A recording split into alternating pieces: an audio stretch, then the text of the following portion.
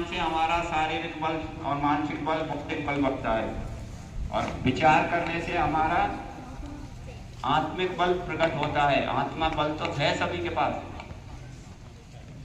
तो उसको जगाने के लिए अपने शास्त्रों का सहारा लें। जैसे गायत्री मंत्र है, पाठ हैं, स्तोत्र हैं, हनुमान चालीसा है, सूर्य गायत्री है, सूर्य भगवान को अर्घ्य देना है, तिलक करना, माता पिता को प्रणाम करना, अपनी दिनचर्या बनाना, सुबह सूर्योदय के समय जगना, ब्रह्म मुहूर्त में जगकर स्नान करना, अपने नित्य क्रम से निवृत्त हो जाना, उसके बाद में आसन प्राणायाम व्यायाम करना, ध्यान करना, फिर अपना स्कूल के लिए अल्पाहार लेना, फिर स्कूल आना, स्कूल में मौन रहना, व्यर्थ की चर्चा न करना, और अपने जीवन को सार्थक बनाना। तो विद्यार्थी छोटे से समय में ही महानता के शिखर को छू लेता है। और कभी अपने आप को कमजोर ना समझे।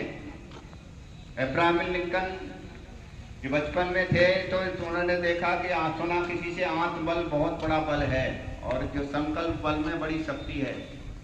तो उसने देखा कि एक मधुमक्खी फूल पर बैठी है, उधर से आंधी आई, झोंके आए आंधी के, खूब उसको हटा दिया जैसे पेड़, फिर बारिश पड़ने लगी। वो मक्खी बार बार उड़े, फिर फूल पर ही टिक जाए, बार बार उड़े फिर टिक जाए, खूब हवाएं चलने लगी, लेकिन उसने अपना प्रयोजन सिद्ध किया। उसमें से रस लेना था तो फूल में से रस लेकर जब गई, तो उसने देखा कि ये बार बार अपने लक्ष्य पर पहुंचकर अपना प्रयोजन सिद्ध करके उड़ी, तो मैं तो मनुष्य हूँ, ये तो एक कीड़ा ही है, इसके तो हाथ भी नहीं है, मेरे तो हाथ भी दिए हैं मन भगवान ने, तो मैं हाथों से सदुपयोग करूं, अपनी बुद्धि का सदुपयोग करूं, शरीर का सदुपयोग करूं।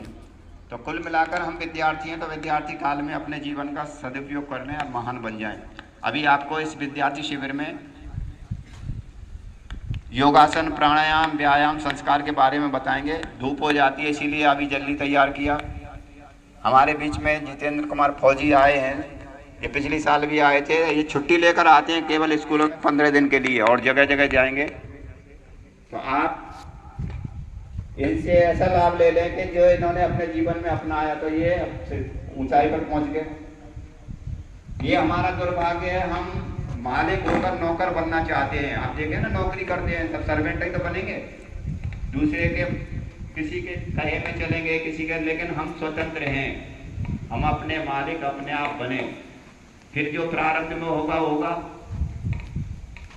तो आत्मबल को हम जिधर लगा देंगे उसी पर हम पहुंच जाएंगे। तो आत्मबल जगाने के लिए सुबह सुबह का बहुत सुंदर अवसर होता है। उस समय पर हम शांत हो जाए, शांत होकर गायत्री मंत्र करें, ये जो भी मंत्र आपको अच्छा लगता है, जिस धर्म में जो भी आपको अच्छा लगता है उपासना करें कुल मिलाकर, और मन को शांत करें और ध्यान करें कि मैं सत्व बुद्ध अमर चैतन्य आत्मा हूँ, सारे बल मुझसे ही आते हैं। तो उसको जगाने के लिए सुबह सुबह का ब्रह्म मुहूर्त का समय बहुत अच्छा होता है। सूर्योदय के समय पर अपना बौद्धिक बल, शारीरिक बल, मानसिक बल बढ़ेगा। बढ़ाना चाहते हैं आप मानसिक बल, बौद्धिक बल बढ़ाना चाहते हैं, शारीरिक बल बढ़ाना चाहते हैं, तो उसके लिए थोड़ा सा ही ये प्रयोग करने हैं। पहले तो अपना शारीरिक बल आने के लिए, शारीरिक बल बढ़े उसके लिए कमर सीधी करके बैठे, दब्बू नहीं बनेंगे।